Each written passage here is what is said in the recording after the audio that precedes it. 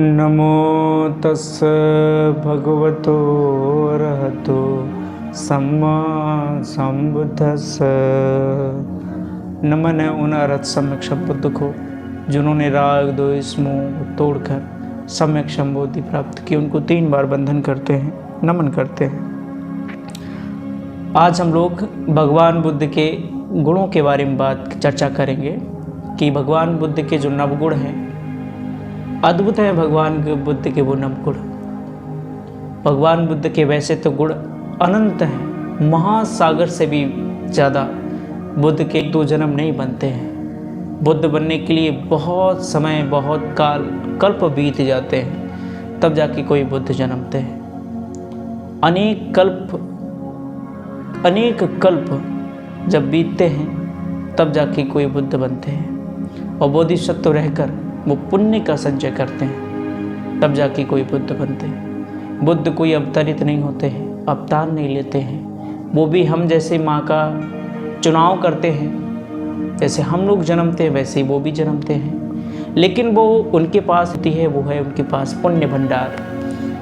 उनके पास अथाह पुण्य होता है, अथाह पुण्य होता है। संसार में जितने हैं उतने जन्मों तक वो पुण्य को संचय करते तब जाके कोई बुद्ध बनता है। इसलिए बुद्ध का उत्पन्न होना बहुत दुर्लभ है, बहुत दुर्लभ है बुद्ध का जन्म होना। तो आइए जानते हैं ऐसे दुर्लभ बुद्ध के बारे में, उनकी शिक्षा के बारे में, उनके गुणों के बारे में। तो शुरुआत में जब हम प्रारंभ में तिस्सरण पंचशील की याचना करते हैं, भंते जी आपको तिस्सरण पंचशील देते हैं। भगवान के शिक्षा में ये शील ही मूलभूत है और तृष्ण ही मूलभूत है। पंचशील माने 5 शील। पहला कि वो पाणातिपाता वीरमणि सिक्खापदं समादयामि, कि वो किसी प्राणी की हत्या ना करे। दूसरा अदिन्नदाना वीरमणि, कि वो किसी की चोरी ना करे। तीसरा कामेषु मिच्छाचारा वीरमणि, कि वो किसी प्रकार से व्यभिचार कामाचार ना करे। चौथा मूसावादा वीरमणि सिक्खापदं समादयामि, वो किसी साथ झूठ, कटुवचन, कठोर इत्यादि वाणी का दुरुपयोग ना करे। 5वां सुरा मेरा मज्जपमा दट्ठाना वीरमणि सिक्खापदं समादयामि, वो कच्ची पक्की शराब इत्यादि नशीली वस्तुओं का सेवन ना करे। ये 5 शील हो गया। इसके बाद त्रिरत्न आप लोग ग्रहण करते हैं। त्रिरत्न, इसे भगवान बुद्ध ने इसे 3 रत्न कहा। 3 रत्न माने 3 रत्न। ये 3 रत्न बुद्ध, धम्म और संघ है। ये अद्भुत है। जब कोई व्यक्ति इन 3 रत्नों के शरण जाता है तो सचमुच वो दुख विमुक्ति के मार्ग की शरण जाता है। यही बुद्ध धम्म का सार है। बुद्ध धम्म का यही सार है। जो कोई व्यक्ति बुद्ध के प्रति श्रद्धा नहीं स्थापित करता है, जो कोई व्यक्ति बुद्ध के बताए मार्ग पर नहीं चलता है और बुद्ध के धम्म के अनुष्ठान प्रति श्रद्धा नहीं जगा पाता है, तो इसका मतलब है कि वो बुद्ध गुणों के बारे में नहीं जानता है, वो बुद्ध की शिक्षा के बारे में नहीं जानता है, बुद्ध धम्म के बारे में नहीं जानता है। तो ऐसे हैं भगवान बुद्ध के अद्भुत नवगुण। आज हम उनके आपको एक एक गुणों के बारे में बताएंगे, एक एक गुणों की चर्चा करेंगे। तो सबसे पहले कि हम बुद्ध के गुणों के बारे में जानेंगे। वैसे बुद्ध के गुण अनंत हैं, वैसे धर्म के भी गुण अनंत हैं, वैसे संघ के गुण भी अनंत हैं। आज हम लोग बुद्ध धम्म की सही प्रकार से, सही तरीके से और गंभीर तरीके से आज अर्थ सहित हम जानेंगे कि बुद्ध क्या होते हैं, हम किस बुद्ध की शरण जाने होते हैं।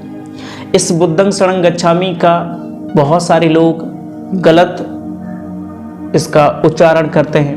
बहुत सारे लोग तो कहते हैं बुद्धं शरणं गच्छामि माने अपने बुद्धि की शरण जाना, अपने बुद्धि की शरण जाना। आप मुझे बताइए कि ऐसा संसार में कौन सा प्राणी है जो अपनी बुद्धि की शरण जाता नहीं है, जो अपनी बुद्धि की शरण नहीं जाता है। सारे प्राणी, सारे जीव पहले अपनी शरण में जाते हैं, अपनी बुद्धि की शरण जाते हैं, अपनी ही बुद्धि के अनुकूल वो काम करते हैं, कार्य करते हैं। चाहे चोर हो, चोरी जब करे तो अपनी बुद्धि के अनुसार करता है। कोई डकैत हो तो डकैत या चोर या डाकू जो भी हो, हर जीव पहले अपने बुद्धि के सड़ जाता है, तब जाके वो काम करता है। तो इस मायने बहुत सारे लोग लगा लेते हैं, लेकिन बुद्ध का अर्थ इससे बहुत भिन्न है। बुद्ध का अर्थ होता है बुद्धित्व। बुद्ध का अर्थ होता है जो पूर्ण तरीके से जागृत हो गया हो। बुद्ध का अर्थ होता है जिन्होंने सारे भवसागर की सारी कड़ियाँ तोड़ दी हों। बुद्ध वो होता है जो जन्म मरण से मुक्त हो जाता है। बुद्ध वो होते हैं जो इस मुक्ति के ऐश्वर्य का जीवन जीते हैं। बुद्ध वो होते हैं जो 4 आर्य सत्य और अष्टांगिक मार्ग की खोज करते हैं। तो बुद्ध का अर्थ इससे थोड़ा भिन्न है, और आज हम जानेंगे कि भगवान बुद्ध के अद्भुत नवगुण। तो पहले हम लोग पाली में इस तरह से उसका उच्चारण करते हैं, हम लोग उसकी प्रतिदिन वंदना करते हैं इस तरह से पाली में, इसके बाद उसकी हिंदी में। तो पाली में हम लोग इस तरह से उसकी वंदन करते हैं, वंदना करते हैं। इतिपिसो भगवारहं सम्मा संबुद्धो विद्याचरण संपन्नो सुगतो लोकविदु हनोत्तरो पुरुषधम्म सारथि सत्था देव मनोसानं बुद्धो भगवाति। इतिपिसो भगवा माने इसी प्रकार से भगवान। भगवा माने भगवान को कहते हैं। समय बदलता है, भाषाएं बदलती हैं।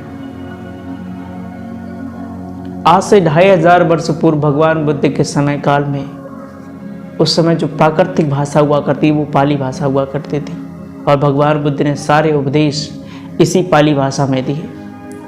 समय बदलते बदलते आज वो भाषा भारत देश से बिल्कुल विलुप्त हो चुकी है। तो आज ये संदेह होता है इस भाषा के प्रति कि भाषा कौन सी है, कैसी है, कितनी पुरातन है। ये बहुत पुरातन है। ये भगवान बुद्ध के समय कालखंड की भाषा है, और उस समय ये भाषा प्राकृतिक भाषा बोली जाती थी। प्राकृतिक भाषा में आज हम लोगों के समय जो हमारी जो मातृभाषा है, प्राकृतिक भाषा है, वो हिंदी है। और हिंदी जब तक पाली भाषा के साथ अगर हिंदी में नहीं बताएंगे तो आप लोग बुद्ध धर्म को कैसे समझ पाएंगे, आप बुद्ध के गुणों को कैसे जान पाएंगे। और जब बुद्ध के गुणों के प्रति आप जानकारी नहीं होगी, बुद्ध धर्म के प्रति जानकारी नहीं होगी, तो आप बुद्ध के प्रति श्रद्धा कैसे स्थापित कर सकते हैं। तो इसलिए पाली के साथ हिंदी भी आवश्यक है, जो अपनी मातृभाषा है, जो हर कोई साधारण व्यक्ति भी इसको समझ सकता है। तो माने इतिपिसो भगवा माने इस प्रकार से भगवान। भगवान का अर्थ होता है पाली भाषा में जो हमें प्राप्त हुआ, भगवान का अर्थ इस प्रकार से है, भग्ग रागो भग्ग दोषो भग्ग मोहितो भगवा। जिसने राग को, दोष को, मोह को भंग कर दिया हो, खत्म कर दिया हो, नष्ट कर दिया हो, उसी को भगवान कहते हैं, उसी को भगवान कहते हैं। ये पहला गुण कि वो भगवान है। दूसरा अरहं। अरहं का अर्थ होता है जो व्यक्ति सारे बंधनों से, सारे विकारों से मुक्त हो गया हो। अरि प्लस हतो, अरहत माने अरहत, अरि प्लस हतो। अरि माने दुश्मन, हतो माने मारना। जिसने अपने सारे दुश्मनों को मार दिया हो। अपने दुश्मन अपने विकारी होते हैं। विकार माने काम, रोग, काम, द्वेष, मोह, अहंकार, ईर्ष्या, घृणा, एक तमाम प्रकार के ऐसे जो विकार जो व्यक्ति को बहुत अपनी जाल में जकड़े रहते हैं और समय समय पर बहुत व्याकुल, दुखी करते रहते हैं। तो ऐसे विकारों को नष्ट कर देने वाले ही व्यक्ति, उसी को अरहत कहते हैं। अरहत, अरहत है। सम्मा संबुद्धो माने वो सम्यक संबुद्ध है। सम्यक संबुद्ध भगवान बुद्ध के समय जब ये बोधिसत्व के रूप में थे, तब इन्होंने अपने जीवन में ऐसे 4 दृश्य देखे जिन्होंने दुख भाव प्रकट किया कि ये जीवन दर्शन ये होता है। एक बूढ़े व्यक्ति को देखना, एक रोगी व्यक्ति को देखना, एक मरे हुए व्यक्ति को देखना, एक सन्यासी को देखना, वहीं से उनकी इच्छा प्रकट होती कि दुनिया में दुख ही दुख है, इसे संसार में दुख ही दुख है, तो वो उसी समय अपना गृह त्याग कर देते हैं। इससे पूर्व इस दुख विमुक्ति का मार्ग खोजने वाला कोई नहीं था इस संसार में। इससे पहले भी धर्म थे, अनेक ऋषि मुनि थे, लेकिन दुख विमुक्ति का रास्ता कोई नहीं जानता था। भगवान ये सिद्धार्थ गौतम ने 6 वर्ष की मेहनत तपस्या करके दुख विमुक्ति मार्ग खोज निकाला, सत्य मार्ग खोज निकाला। तो इस मायने वो सम्यक संबुद्ध कि उन्होंने 4 आर्य सत्य अष्टांगिक मार्ग खोज निकाला, प्रतिसमुद्पाद खोज के निकाला। तो इस मायने वो सम्मा संबुद्ध माने सम्यक संबुद्ध, माने सही प्रकार से बुद्ध। सम्यक कहते हैं सही को, सम्मा संबुद्ध उनकी जो विद्या है वो बिल्कुल सम्यक है। संबुद्ध माने स्वयं बुद्ध बने, किसी कृपा से, किसी ईश्वर के, किसी ब्रह्म से या किसी गुरु से या किसी देवता से आशीर्वाद लेकर नहीं बने, स्वयं बुद्ध बने, स्वयं अपनी मेहनत से, अपनी परिश्रम से बुद्ध बने, इसलिए वो सम्यक संबुद्ध कहलाए। ये तीसरे प्रकार का गुण। चौथे प्रकार का गुण विद्या चरण संपन्नो, कि वो सम्यक संबुद्ध भी हैं और सारी विद्याओं में संपन्न है। विद्या और आचरण, विद्या में और आचरण में दोनों में संपन्न है। उनका विद्या और आचरण दोनों परिपूर्ण है। किस मायने में? तथागत सम्यक संबुद्ध। तथागत कहते हैं तथ्य और सत्य, जैसा बोलते हैं वैसा ही करते हैं और जैसा करते हैं वैसे ही बोलते हैं, इसलिए उन्हें तथागत कहते हैं। तथागत माने तथ्य माने सत्य के सहारे अनुक्रम करने वाले, उनको तथागत कहते हैं। माने जैसा ही कथनी वैसे ही करनी, कथनी करनी उनकी दोनों बराबर है, इसलिए वो विद्या और आचरण में दोनों में संपन्न है, इसलिए वो विद्या चरण संपन्नो। इसके बाद सुगतो माने सुगत, जिसकी गति सुगत हो, माने शरीर के कर्म, वाणी के कर्म और मन के कर्म परिशुद्ध हैं, शुद्ध हैं, स्वच्छ हैं और उस गति के अनुसार धर्म आचरण कर रहे हैं, इसलिए उनको सुगत कहते हैं। सुगत माने उनकी गति जो है वो स्वच्छ है, पवित्र है। वाणी के कर्म, मन के कर्म, शरीर के कर्म एकदम स्वच्छ हैं, पवित्र हैं और उस गति के अनुसार वो चल रहे हैं। सुगत, इस मायने में सुगत। 5वें प्रकार का गुण लोक विदु, वो लोक विद्याओं में पारंगत हैं, लोक विदु हैं, माने जितने भी सांसारिक या लौकिक विद्याएं हैं या जितनी भी लोक विद्याएं हैं वो सारी लोक विद्याओं में पारंगत हैं। वो लोकांतरों को जानने वाले हैं। संसार में जितने भी लोक हैं, मनुष्य लोक, देवलोक, तिर्यक्षक लोक, जानवर लोक या प्रेत लोक या यक्ष लोक, वैसे तो भगवान बुद्ध ने 31 प्रकार के लोक बताए हैं। 31 प्रकार के लोक में जब भगवान बुद्ध ने धम्मचक्र परिवर्तन सूत्र सारनाथ में दिया था, तो उसी समय भगवान बुद्ध ने पंचवक्कीय भिक्षुओं को 31 प्रकार के लोकों का वर्णन किया है। भगवान ने 31 प्रकार के लोक का वर्णन किया है कि संसार में 31 प्रकार के लोक होते हैं। संदेह प्रकट करने की कोई जरूरत नहीं है कि बौद्ध धर्म में भी कि देवी देवताओं का बहुत जिक्र आया, लेकिन देवी देवताओं में इस धर्म में उस धर्म में बहुत अंतर है। यहाँ तो एकदम स्पष्ट तरीके से व्यक्ति को मार्ग रास्ता बताया जाता है। देवी देवता कहते हैं किसको, लोक परलोक क्या होता है, स्वर्ग नरक क्या होता है, भगवान बुद्ध ने बहुत स्पष्टीकरण तरीके से बताया है। लेकिन हम आपकी जिम्मेदारी बनती है कि बुद्ध की इतनी बड़ी शिक्षा और भगवान बुद्ध के इतने उपदेश, 84,000 उपदेश भगवान बुद्ध ने दिए। हम उन उपदेशों में एक भी उपदेश हमने नहीं पढ़ा होगा, हमने भगवान बुद्ध की एक भी शिक्षा नहीं पढ़ी होगी। हमने भी थोड़े से नास्तिक लोगों ने जो बुद्धिज्म को एक नया रूप दे दिया है, बहुत खतरनाक है। वो बुद्धिज्म नहीं होता है। बुद्धिज्म को आप सही तरीके से पढ़ेंगे तो आपको वास्तविक आध्यात्मिक लाभ मिलेगा, सुख मिलेगा। तो जाने इसका अर्थ। लोक विदु बने सारे लोकों में, लोगों की विद्या में पारंगत हैं, सारे लोकांतरों को जानने वाले हैं।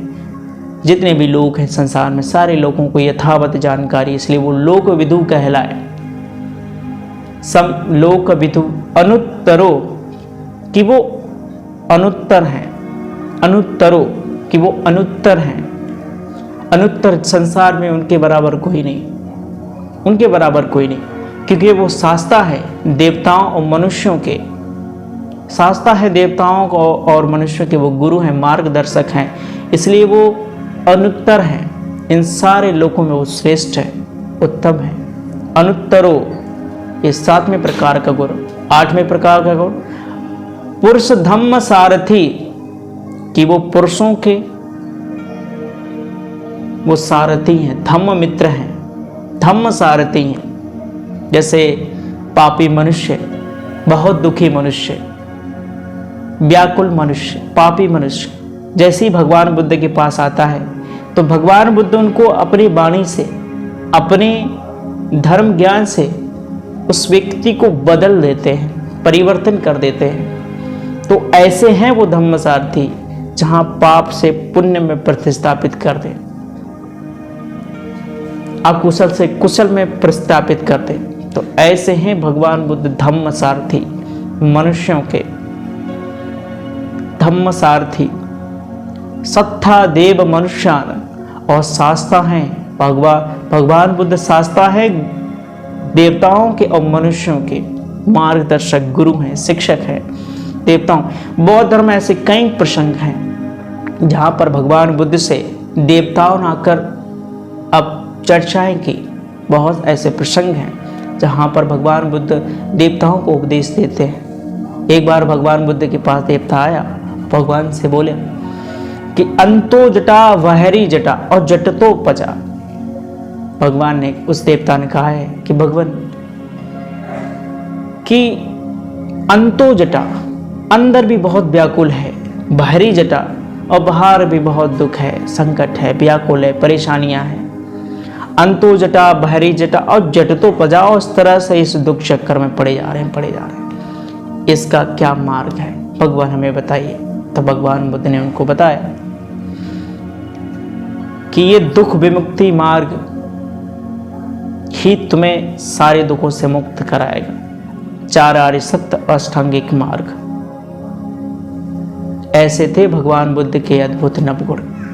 जो कोई व्यक्ति इन नवगुणों को अपने जीवन में प्रतिदिन वंदना करता है तो उसका मन अपने आप स्वच्छ पवित्र होता है। उसकी बुद्ध के प्रति श्रद्धा निष्ठा होती है, धर्म के प्रति श्रद्धा निष्ठा होती है, संघ के प्रति श्रद्धा निष्ठा होती है। और वह व्यक्ति सनय धीरे धीरे वो श्रोतापन्न हो जाता है। जिसकी बुद्ध के प्रति अटूट श्रद्धा बन जाती है, जो धम्म के प्रति अटूट श्रद्धा बन जाती है, जैसे संघ के प्रति अटूट श्रद्धा बन जाती है, भगवान ने उसे ही श्रोतापन्न कहा है। नमो बुद्धाय।